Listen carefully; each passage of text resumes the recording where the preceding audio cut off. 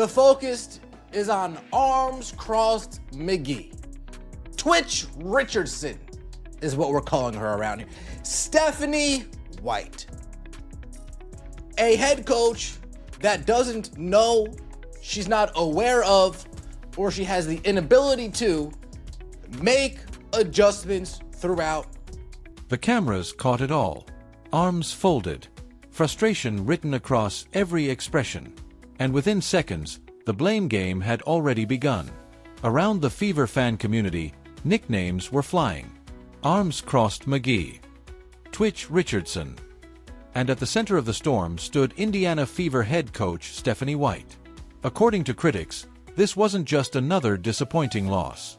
It was evidence of a coach who either refuses to adjust, cannot recognize what's happening on the floor, or simply doesn't know how to respond when games start slipping away. Before the first... Imagine the Minnesota Vikings back when they had Adrian Peterson. Can you imagine the Tennessee Titans throughout the late 2010s, early 2020s with Derrick Henry? Can you imagine them saying, you know what? We're not going to run the ball. We're going to pass the ball 40 times a game. We're going to say, you know what, Adrian Peterson, I'm not going to hand you the ball. They already know we're going to hand it off to you. You're the best running back in the league. The heart of the criticism centers on one word: identity. For years, Indiana's most dangerous weapon has been the Caitlin Clark-Aaliyah Boston pick and roll, a combination capable of shredding defenses and creating easy offense. But according to the host, Stephanie White is moving away from the very thing that makes the Fever successful. Instead of allowing Clark to orchestrate through constant pick and roll action, the offense is increasingly being routed through Boston as a playmaking hub. To illustrate the point, he reaches for a football analogy. Imagine having Derrick Henry in the backfield and deciding not to hand him the ball. Imagine watching defenses stack the box and still refusing to lean into your greatest strength.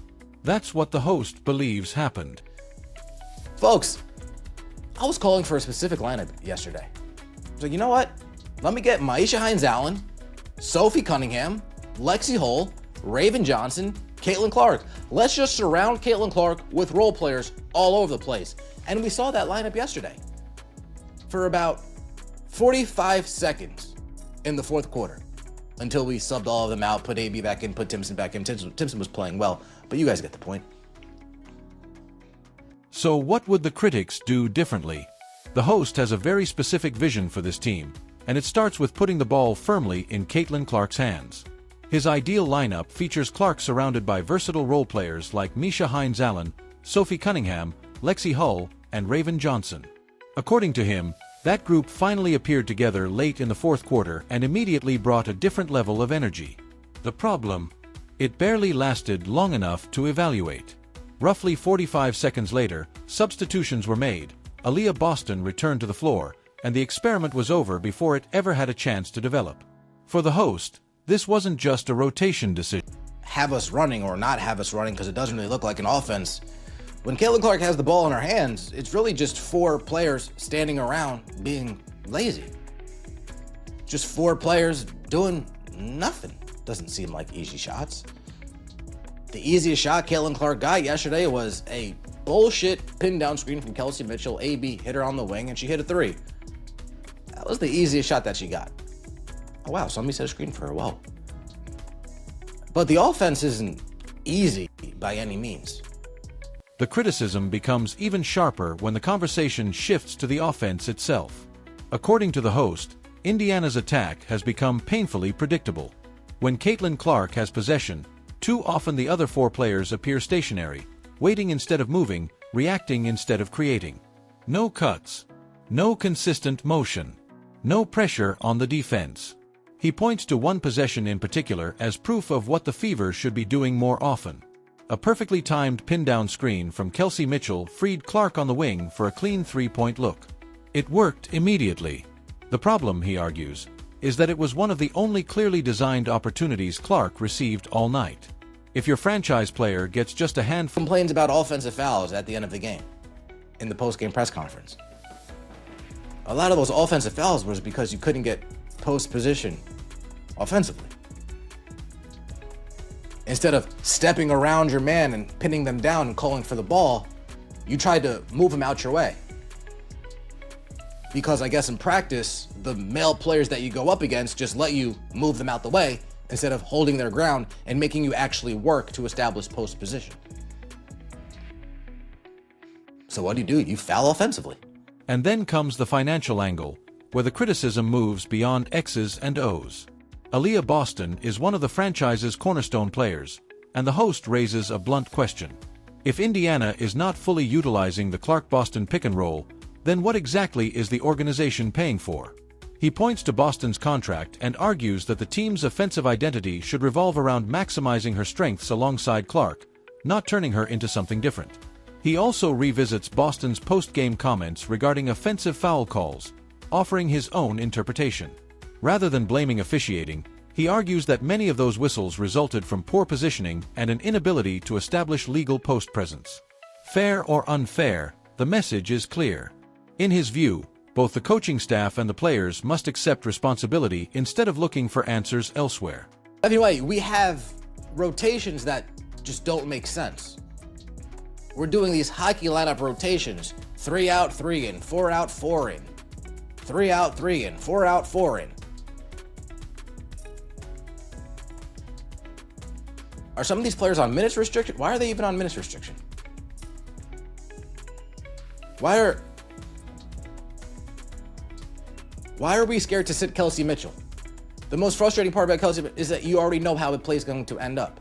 She gets the ball, and I'm already thinking to myself, she ain't passing that. And sure and behold, she doesn't pass it. Now let's talk about rotations, because this is where the frustration really starts to boil over. The host describes Indiana's substitution patterns as complete chaos, comparing them to hockey line changes rather than a professional basketball rotation. 3 players out, 3 players in, 4 out, 4 in. Constant movement with seemingly no clear purpose. From his perspective, the Fever never allow their best units enough time to build chemistry or momentum. He openly questions whether certain players are dealing with undisclosed minutes restrictions and wonders why productive lineups are broken apart so quickly. His biggest example is Raven Johnson. In his eyes, Johnson was one of the most effective players on the floor, bringing energy, defense, and composure. Yet despite her impact, she wasn't allowed to finish the game. For critics of Stephanie White, that decision symbolizes a larger issue. Players earning opportunities through performance, only to see those opportunities disappear because of predetermined rotation patterns. Indiana Fever lost yesterday, 90-88, as you are all well aware. Team has no offensive identity. They're soft, they got punked. And yeah, Golden State was physical, but we just weren't even physical back. Because our post players are soft. Monique Billings, soft. Monique Billings is soft. AB, soft. Simpson played well. Worst coach in the league. Stephanie White watched Aaliyah Boston struggle on the possession that resulted in a jump ball. You have a timeout, get it through your thick skull and use it. Indiana Fever, fire her already. The final score only adds fuel to the fire. Indiana falls 90-88 in a game that was decided by a handful of possessions. To the host, this wasn't simply a close loss. It was a game where the Fever were physically outmatched and repeatedly pushed around by a tougher opponent. He argues that Golden State dictated the tone, won the physical battles, and exposed weaknesses that have been lurking beneath the surface all season. No one escapes criticism. Frontcourt players are accused of failing to match the intensity. Roster decisions come under scrutiny. Even front office choices involving player acquisitions and re-signings become part of the discussion. In the host's mind, this loss wasn't an isolated event. It was another warning sign that deeper issues may exist within the team's structure, identity, and long-term planning.